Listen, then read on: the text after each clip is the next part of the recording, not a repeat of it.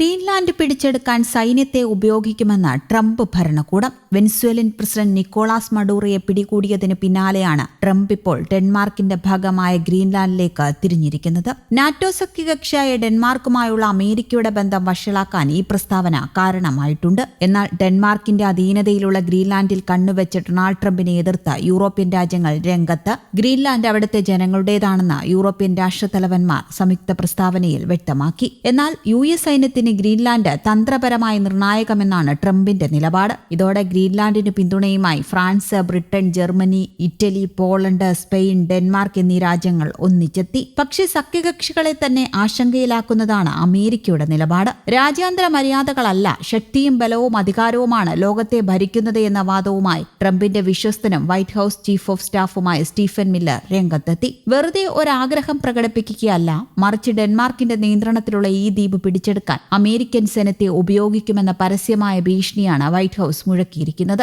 ഇതോടെ നാറ്റോ സഖ്യകക്ഷികൾക്കിടയിൽ യുദ്ധസമാനമായ അന്തരീക്ഷമാണ് നിലനിൽക്കുന്നത്. അമേരിക്കയെ നാറ്റോ ചെറുക്കാനെത്തിയാൽ അതൊരു ലോകമഹായുദ്ധമായി മാറുകയും ചെയ്യും. യൂറോപ്പിലെ രാജ്യങ്ങളാണ് നാറ്റോയിലുള്ളത്. ഈ സാഹചര്യം ഉണ്ടായാൽ യൂറോപ്പും അമേരിക്കയും തമ്മിലെ യുദ്ധമായി അത് മാറും. ഗ്രീൻലാൻഡ് വിലയ്ക്ക് വാങ്ങാനോ അല്ലെങ്കിൽ അവിടുത്തെ സുരക്ഷാ ചുമതല പൂർണ്ണമായും ഏറ്റെടുക്കാനോ ആണ് ട്രംപും അദ്ദേഹത്തിന്റെ ഉപദേഷ്ടാക്കളും പദ്ധതിയിടുന്നത്. ഇതിനായി അമേരിക്കൻ സൈന്യത്തെ ഉപയോഗിക്കുന്നത് ഇപ്പോഴും തങ്ങളുടെ പരിഗണനയിലുണ്ടെന്നും വൈറ്റ് ഹൌസ് വ്യക്തമാക്കിയതോടെ ആശങ്ക വർദ്ധിച്ചിരിക്കുകയാണ്. വെനസ്വേലയിലെ പ്രശ്നങ്ങൾ തീർന്നാൽ ഏകദേശം 2 മാസത്തിനുള്ളിൽ ഗ്രീൻലാൻഡിന്റെ കാര്യത്തിൽ തീരുമാനമുണ്ടാകുമെന്നും ട്രംപ് സൂചിപ്പിച്ചു. ആർട്ടിക് മേഖലയിൽ ചൈനയിൽ നിന്നും റഷ്യയിൽ നിന്നും ഉണ്ടാകുന്ന ഭീഷണികളെ നേരിടാൻ ഗ്രീൻലാൻഡ് അമേരിക്കയുടെ നിയന്ത്രണത്തിൽ വരേണ്ടത് അത്യാവശ്യമാണെന്നാണ് ട്രംപിന്റെ വാദം. കൂടാതെ മൊബൈൽ ഫോണുകളും കമ്പ്യൂട്ടറുകളും നിർമ്മിക്കാൻ ആവശ്യമായ അപൂർവമായ ലോഹങ്ങളുടെ വലിയ ശേഖരം ഗ്രീൻലാൻഡിലുണ്ട്. ഇതും അമേരിക്കയുടെ താൽപര്യത്തിന് കാരണമാണ്. ചൈനയുടെ ആധിപത്യം കുറയ്ക്കാൻ ഈ വിഭവങ്ങൾ അമേരിക്കയ്ക്ക് ആവശ്യമാണ്. എന്നാൽ ഈ നീക്കത്തിനെതിരെ ഡെൻമാർക്കും മറ്റ് യൂറോപ്യൻ രാജ്യങ്ങളും ശക്തമായി രംഗത്തെത്തി.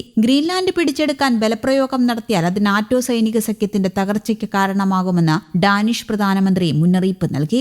ഗ്രീൻലാൻഡ് അവിടുത്തെ ജനങ്ങളുടേതാണെന്നും അത് വിൽക്കാനുള്ളതല്ല എന്നും ബ്രിട്ടൻ, ഫ്രാൻസ്, ജർമ്മനി തുടങ്ങിയ രാജ്യങ്ങളും വ്യക്തമാക്കി. ഇതിനിടെ വൈറ്റ് ഹൌസ് ഉദ്യോഗസ്ഥന്റെ ഭാര്യ ഗ്രീൻലാൻഡിന്റെ ഭൂപടത്തിൽ അമേരിക്കൻ പതാക പുതപ്പിച്ച ഒരു ചിത്രം സോഷ്യൽ മീഡിയയിൽ പങ്കുവച്ചത് വലിയ വിവാദമായി. ഉടൻ തന്നെ എന്ന അടിക്കുറിപ്പോടെയായിരുന്നു ഈ ചിത്രം പോസ്റ്റ് ചെയ്തത്. ഗ്രീൻലാൻഡിന്റെ കാര്യത്തിൽ ആരും അമേരിക്കയോട് യുദ്ധത്തിന് വരില്ലെന്ന് വൈറ്റ് ഹൌസ് ഉദ്യോഗസ്ഥനായ സ്റ്റീഫൻ മില്ലർ പറയുകയുമുണ്ടായി. മഡൂറോയെ പിടികൂടിയതിന് പിന്നാലെ അമേരിക്കയുടെ ആത്മവിശ്വാസം വർദ്ധിച്ചതായാണ് ഈ നീക്കങ്ങൾ സൂചിപ്പിക്കുന്നത്. US-ന്റെ ദേശീയ സുരക്ഷയ്ക്ക് ഗ്രീൻലാൻഡ് ആവശ്യമാണെന്നും അത് പിടിച്ചടക്കുമെന്നും ആവർത്തിക്കുകയാണ് ട്രംപ്. ധാതുക്കൾക്കും എണ്ണയ്ക്കും മറ്റെല്ലാത്തിനും വേണ്ടിയുള്ള ധാരാളം സ്ഥലങ്ങൾ തങ്ങൾക്കുണ്ട്. ലോകത്തിലെ ഏത് രാജ്യത്തെക്കാളും കൂടുതൽ എണ്ണ തങ്ങളുടെ പക്കലുണ്ട്. എന്നാൽ ദേശീയ സുരക്ഷയ്ക്ക് ഗ്രീൻലാൻഡ് ആവശ്യമാണ്. ഗ്രീൻലാൻഡിന് ചുറ്റും റഷ്യൻ, ചൈനീസ് കപ്പലുകളാണുള്ളത്. ഇതിനാൽ US-ന്റെ ദേശീയ സുരക്ഷയ്ക്ക് ഗ്രീൻലാൻഡ് ആവശ്യമാണ്. കൊളംബിയയിൽ സൈനിക നടപടി സ്വീകരിക്കാൻ മടിക്കില്ലെന്നും ട്രംപ് ഭീഷണി മുഴക്കി. US-ലേക്ക് മയക്കുമരുന്ന് കടത്തുന്ന സംഘത്തിൽ കൊളംബിയൻ പ്രസിഡന്റും ഉൾപ്പെട്ടിട്ടുണ്ടെന്നും ട്രംപ് ആരോപിച്ചു. ക്യൂബ പരാജയപ്പെട്ട രാജ്യമാണെന്നും വെനസ്വേലൻ എണ്ണ കിട്ടാതാകുന്നതോടെ ക്യൂബ തകരുമെന്നും ട്രംപ് പറഞ്ഞു. ട്രംപിന്റെ ഭീഷണിക്ക് കടുത്ത ഭാഷയിൽ ഗ്രീൻലാൻഡ് പ്രധാനമന്ത്രി ജെൻസ് ഫെഡറിക് നീൽസൺ മറുപടി നൽകിയിരുന്നു.